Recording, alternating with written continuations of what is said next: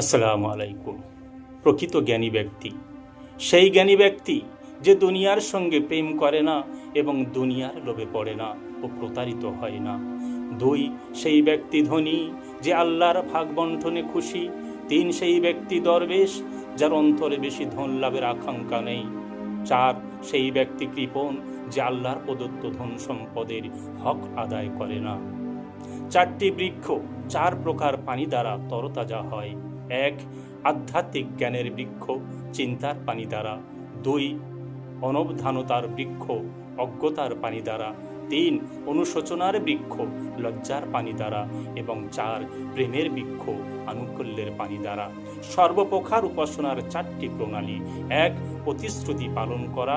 2, শরীয়তের সীমাসমূহ রক্ষা করা। 3, হারানো বস্তুর প্রতি সবর করা। ও 4, যার হাতে আছে তাতে সন্তুষ্ট থাকা।